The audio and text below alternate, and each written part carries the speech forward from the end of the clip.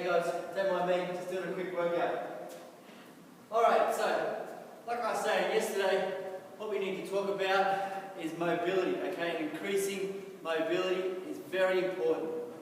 For everything that I touched on, so guys, go back and check out day 11, because I don't want to rave on too much about that when it's mobility and improving performance.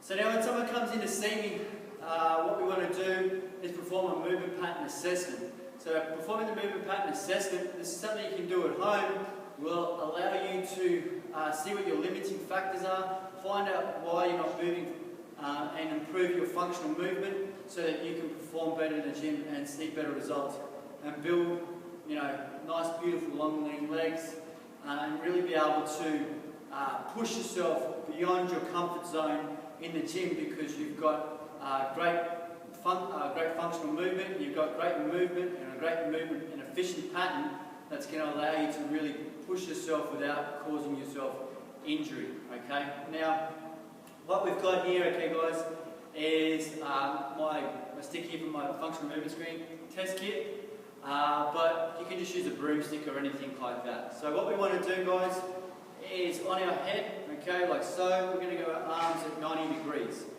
Okay, my feet are going to be directly underneath me. Now, from here, what I want to do is do an overhead squat. Now, in this position here, if I can't squat all the way down effectively, okay, that means that I shouldn't be doing an overhead squat, period, okay, because my movement pattern is inefficient and I'm going to cause myself an injury over time because my movement pattern is incorrect and with constant loading and an incorrect movement pattern or an inefficient movement pattern, you're going to cause yourself injury, okay? So this is something I've been working on for a while. My movement pattern was a lot worse, obviously with my back injury and things like that. So previously I wouldn't be able to get the kind of depth that I'm trying to get to today. Alright, so here we go. Now if you bring that camera around, notice that my hips, I get a good squat through my hips, but the broomstick or the handle is in front of my head, and I can't get that quite back. Now if I squat back up, so my hips are really good, but when I go squat down, there, the broomstick's stuck. Alright, and that's because of my limiting range is here through my thoracic region, okay, which is stopping me from being able to keep that broomstick back. And that's from my days in the army when I had the pack on my back and leaning into the hill, doing the hill, okay? So it's something that I've been taking a while to move. I'm seeing an ART practitioner to try and release the tension through that area. I'm using the foam roller to increase my mobility, and also I do a bit of, get a bit of sports massage as well to try and increase that range through my thoracic region, okay? Something that also affects me is when I'm doing my chin-ups, I really struggle to pull through in that last little length. So by seeing that, I shouldn't be doing an overhead squat because the weight is shifting, and so I should be able to keep that bar behind my head. Now, to bring it back even further for some other guys, what we're going to see is they're going to squat, and when you go down, your knees might collapse in, okay, and you might do that, okay? Or you might come down and you'll get to there. You'll get to like there, okay? And so this is a motor pattern that's not allowing you to squat properly.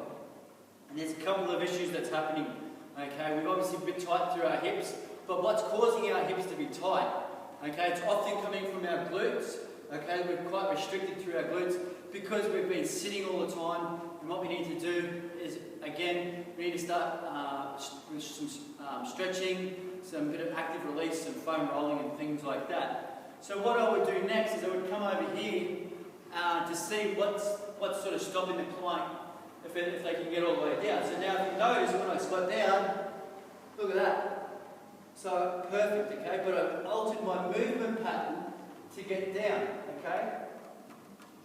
So the bar's behind my head, my back's nice and straight, and I'm good to go. Okay, see that? See how I can just drop down? No dramas. So that's what I should see if I'm over here on the ground. Now if I was loaded, I'll be able to handle that quite well. But like you can see, I've changed my movement pattern. I've changed the angle of how my body's working. So from a functional movement perspective, to decrease injury, okay, this is what I'm trying to do. I'm not trying to build muscle, I'm not trying to do anything like that. I'm just trying to create a better movement pattern so that it allows you guys to be able to perform your lifts better, okay?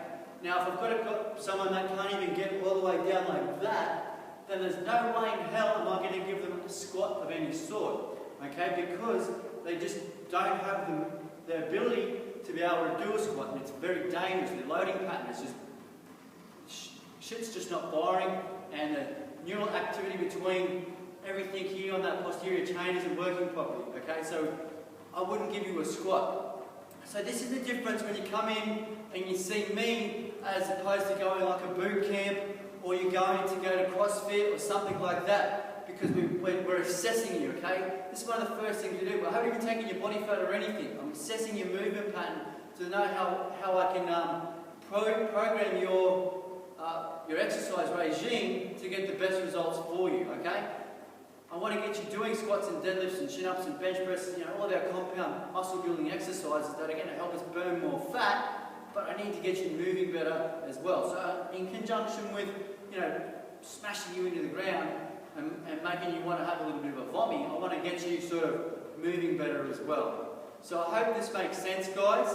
There's a few other tests here, but this is one you can take home for yourself and then you can try at the gym or you can try yourself, okay? And what I'm going to do is go into this a little bit more next video, okay? So that you have a bit of an understanding. If you do find these movement patterns and they are incorrect and you're not moving like you should be, okay?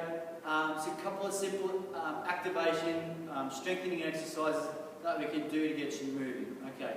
Ben Lee, peace out, guys.